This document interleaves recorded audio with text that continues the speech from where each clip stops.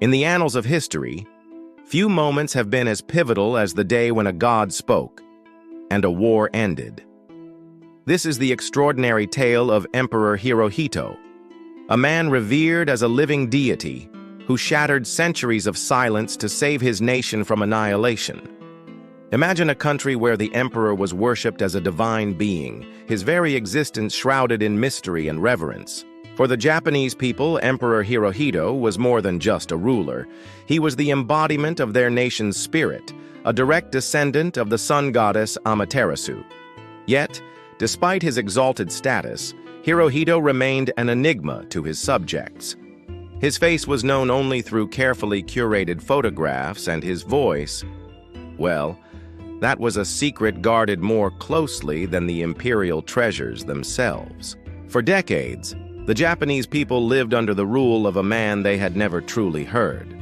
Hirohito's words were conveyed through intermediaries, his wishes interpreted and disseminated by a complex bureaucracy. This silent figurehead stood at the helm of a nation embroiled in a global conflict, his true thoughts and opinions hidden behind an impenetrable veil of tradition and protocol. But on August 15, 1945, everything changed. As the world held its breath in the aftermath of atomic devastation, Emperor Hirohito prepared to do the unthinkable. In a moment that would alter the course of history, he stepped before a microphone and spoke directly to his people for the first time. The Gyokuan Hoso, or Jewel Voice broadcast, was more than just a speech. It was a seismic shift in the fabric of Japanese society. Imagine the shock, the disbelief, as millions of Japanese citizens huddled around radios, straining to hear the voice of their god emperor.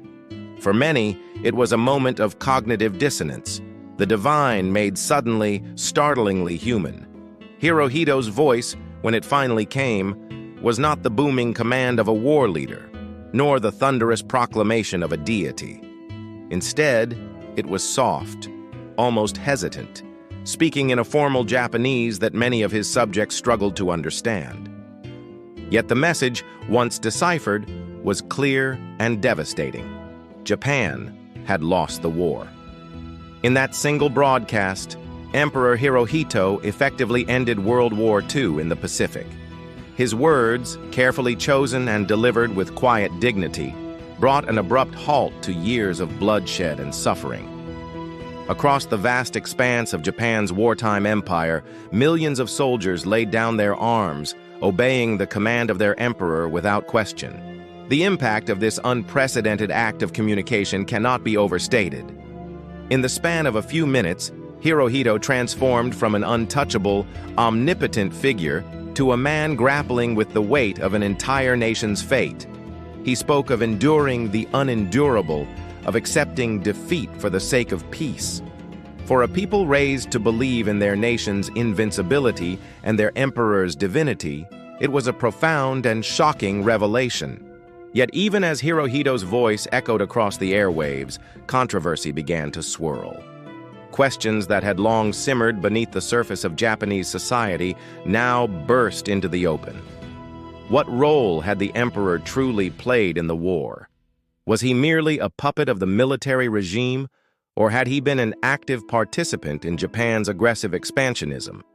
These questions would haunt Japan for decades to come, forming the core of a contentious debate over Hirohito's wartime legacy. Some saw him as a passive figurehead, manipulated by militarists and unable to prevent the catastrophe that befell his nation. Others argued that his silence during the war years amounted to tacit approval of Japan's actions, making him complicit in the atrocities committed in his name. The decision by the United States occupation forces, led by General Douglas MacArthur, to preserve the imperial institution and shield Hirohito from prosecution only added fuel to this debate. Was it a pragmatic choice to ensure a smoother transition to peace, or a miscarriage of justice that allowed a war criminal to escape punishment? Regardless of one's stance on Hirohito's culpability, the historical irony of his situation is undeniable. Here was a man raised from birth to embody the divine right of rule, a living link between the mortal and spiritual realms. For decades, he had been the silent center around which the entire Japanese nation revolved, his every gesture and expression scrutinized for meaning. And yet, when Hirohito finally broke his silence, it was not to proclaim victory or assert his divine authority. Instead, he spoke to announce defeat, to urge his people to bear the unbearable, and accept a reality that flew in the face of everything they had been taught to believe. In that moment, Hirohito became both more and less than he had ever been. He shed the trappings of divinity, revealing himself as a man capable of humility and sacrifice. Yet in doing so, he also demonstrated a kind of strength and leadership that transcended the rigid confines of his previous role. The aftermath of Hirohito's speech was as complex and multifaceted as the man himself. Japan embarked on a painful process of reconstruction and soul-searching, grappling with the consequences of its wartime actions and the sudden shift in its national identity. The emperor, once untouchable, now found himself in the precarious position of redefining his role in a rapidly changing society. As the years passed, Hirohito would make more public appearances, gradually transforming into a symbol of Japan's post-war recovery and its new pacifist constitution. But nothing would ever match the earth-shattering impact of that first broadcast, the day when the voice of a god brought an empire to its knees. In the end, Emperor Hirohito's legacy defies simple categorization. He remains a figure of profound historical significance, a man whose single act of speech changed the course of world events. The silence he broke on that August day in 1945 continues to echo through time, a reminder of the power of words and the complex nature of leadership in times of crisis. As we reflect on this extraordinary moment in history, we are left to ponder the nature of power, the weight of silence, and the transformative potential of a single voice.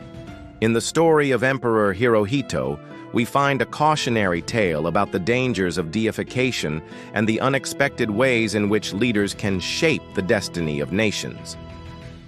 Perhaps the greatest lesson we can draw from this episode is the importance of communication in times of national crisis.